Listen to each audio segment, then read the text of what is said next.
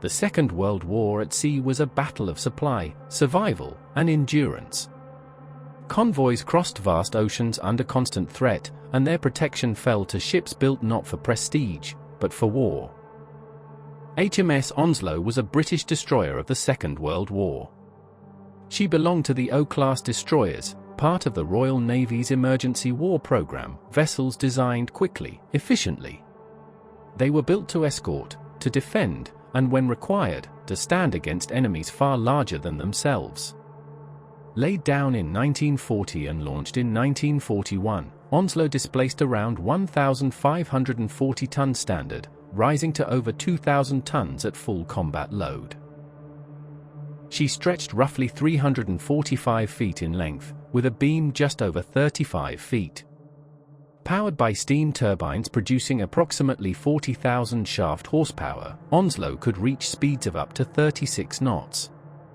It allowed her to escort convoys across vast distances, to hunt submarines, and to maneuver under fire. She could travel thousands of miles without refueling, a critical requirement for operations in the Atlantic and the Arctic, where supply lines stretched thin and conditions were unforgiving. Onslow entered service at a moment when Britain's survival depended on control of the seas. Every escort ship mattered, and destroyers like Onslow formed the backbone of this effort. Onslow carried 4 turrets, each housing a 4.7-inch gun, capable of engaging surface targets and, to a limited degree, aircraft. They were not the most powerful guns at sea, but they were reliable, and they could be brought to bear quickly. For air defense, she carried lighter weapons, including pom-pom guns and Oerlikon cannons. As the war progressed and air attacks intensified, these would become increasingly vital. She carried torpedoes too, typically arranged in 2 quadruple mounts. These gave her the ability to threaten ships far larger than herself. A single well-placed strike could cripple a cruiser or even damage a battleship. Beneath the surface threat, she carried depth charges for anti-submarine warfare. Deployed from the stern, these weapons allowed her to strike at unseen enemies below. With the addition of improving sonar and radar systems, her effectiveness in this role grew steadily throughout the war. Taken together, her armament defined her as a multi-purpose warship, adaptable, responsive, and always on the front line. Her crew numbered around 170 to 180 officers and sailors. Life aboard a destroyer was relentless. Space was tight. Privacy was almost non-existent.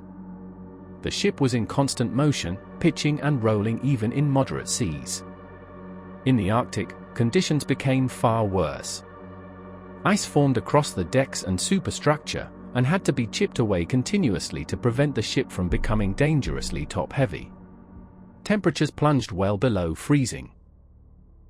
Sea spray soaked clothing, then froze solid within minutes. And still, the crew remained at their stations. Gunners stood ready at their weapons. Engine room crews worked deep within the ship, maintaining power and speed. Lookouts scanned the horizon, searching for threats that might appear without warning. It was in the Arctic that her defining moment would come. The Arctic convoys sailed from Britain to the Soviet Union, carrying vital supplies to sustain the Eastern Front. The route passed close to German bases in occupied Norway, placing the convoys within reach of enemy ships, aircraft, and submarines. Onslow was among the ships tasked with protecting these convoys, a role that demanded endurance, discipline, and absolute commitment. In late December 1942, while escorting a convoy bound for the Soviet Union, it entered the Barents Sea, a frozen expanse of darkness and storm, and one of the most dangerous stretches of ocean in the war. Laying in wait for the convoy were German forces. Among them was the heavy cruiser Admiral Hipper, a powerful warship armed with 8-inch guns and commanded by experienced officers trained to hunt and destroy convoys. Alongside her was the pocket battleship Lützow, another heavily armed raider, designed to overwhelm escorts and annihilate merchant ships. Together, they represented exactly the kind of force the Arctic convoys feared most. Against them stood a far lighter screen. The British escort was built around destroyers, fast, aggressive, but fragile in comparison. At their head was Onslow. She was commanded by Robert Sherbrooke, a career naval officer with years of experience at sea. Calm under pressure, methodical in action, and known for decisive leadership, he carried the responsibility not just for his own ship, but for the defense of the entire convoy. Around him were other destroyers, each with their own crews, their own captains, men who understood exactly what they were facing. They knew that if the German ships broke through, the convoy would be devastated. In the early hours of the 31st of December, contact was made. Uncertain returns at first, then clearer shapes. Large ships closing in fast. Orders were given quickly. The destroyers would move forward and they would engage. They would place themselves between the enemy and the convoy, no matter the cost. On paper, Lützow was the greater threat. Her heavier guns were built to destroy convoys from beyond the reach of their escorts. But in the Arctic, paper strength meant little. Visibility was poor. Coordination was uncertain. And it was Admiral Hipper that pushed forward through the snow, closing the distance and finding the escorts first. The battle began in poor visibility. Snow squalls reduced sightlines and created confusion on both sides. Onslow and her fellow destroyers moved forward, placing themselves directly between the enemy and the convoy. It was a deliberate act of risk.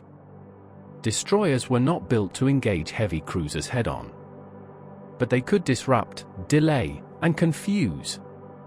Onslow opened fire with her main guns, engaging ships far larger than herself while maneuvering at high speed to avoid incoming shells.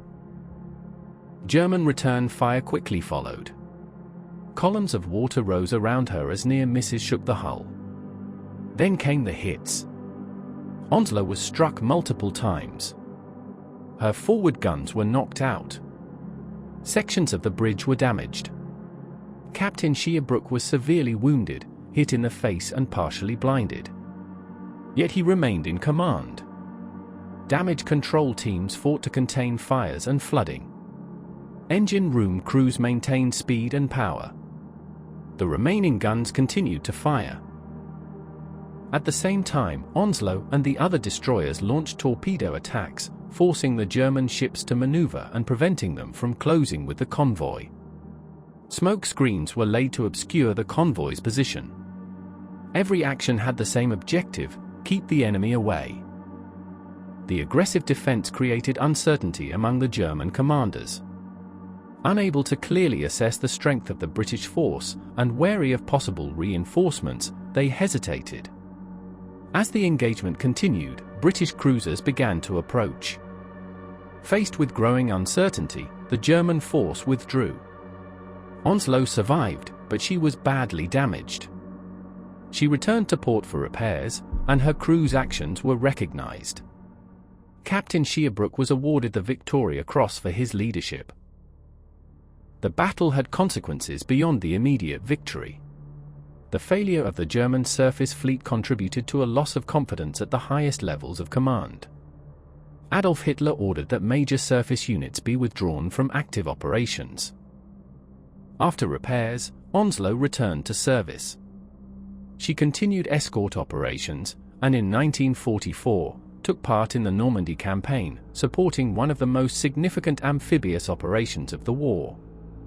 Later, she was deployed to the Pacific, operating in conditions entirely different from the Arctic, yet performing the same essential role.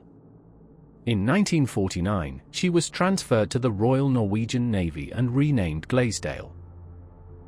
She continued in service for several more years, a testament to the strength of her design and construction. Eventually, like many wartime ships, she was decommissioned and scrapped in the 1960s. HMS Onslow did not end her story in a final battle, but in quiet retirement. And perhaps that is fitting. Over the course of the war, many hands would have served aboard her. Crews rotated, sailors came and went, each one taking their turn in the same steel hull, standing the same watches, facing the same dangers. Some were there for her hardest fights. Others carried her through long, cold patrols where nothing happened, yet everything was at stake. All of them became part of her story. So it is worth remembering not just the ship, but the people who served aboard her. The sailors who stood their watch in darkness and freezing seas. The officers who made decisions under fire. And the families who carried the burden at home. To all of them, we owe something simple. Recognition and thanks. Because ships do not fight wars. People do, and HMS Onslow was carried through war by its people. From the gun decks to the bridge, every story we tell honors those who served. If this tale made you feel the salt and steel of history, give it a like, and if you're not yet part of our channel's Convoy, subscribe and join the ranks. More powerful stories await.